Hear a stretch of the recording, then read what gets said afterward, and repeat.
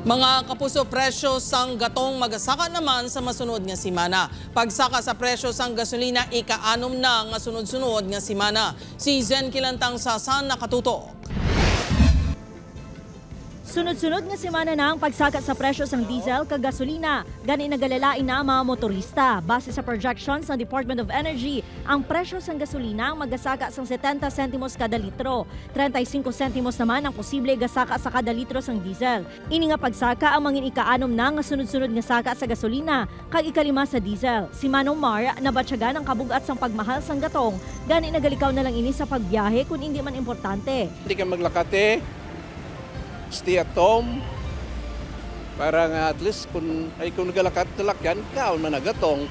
Sang Martes, nagsaka man sang 50 sentimos ang kada litro sang diesel, kag 10 sentimos naman sa gasolina. Diri sa Haro, yara sa 52 pesos and 20 centavos, tubtog 56 pesos and 50 centavos ang kada litro sang diesel. Ang presyo sang gasolina, yara naman sa 53 pesos and 70 centavos, tubtog 57 pesos and 85 centavos. Ang mga drivers sang jeep kag taxi, nabatyaga naman ang pagnubo sang ila kita, bangod sang sige-sige nga oil price hike. Konsupton mga sakaya, dako gayo, awat pa tani pang pliti na sa mga estudyante. Pigado biyahe pirmi. Why nagkikita ka ni? Kadto na sa gasolina.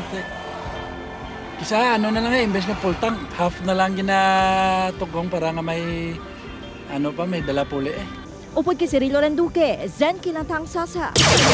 One Western Visayas.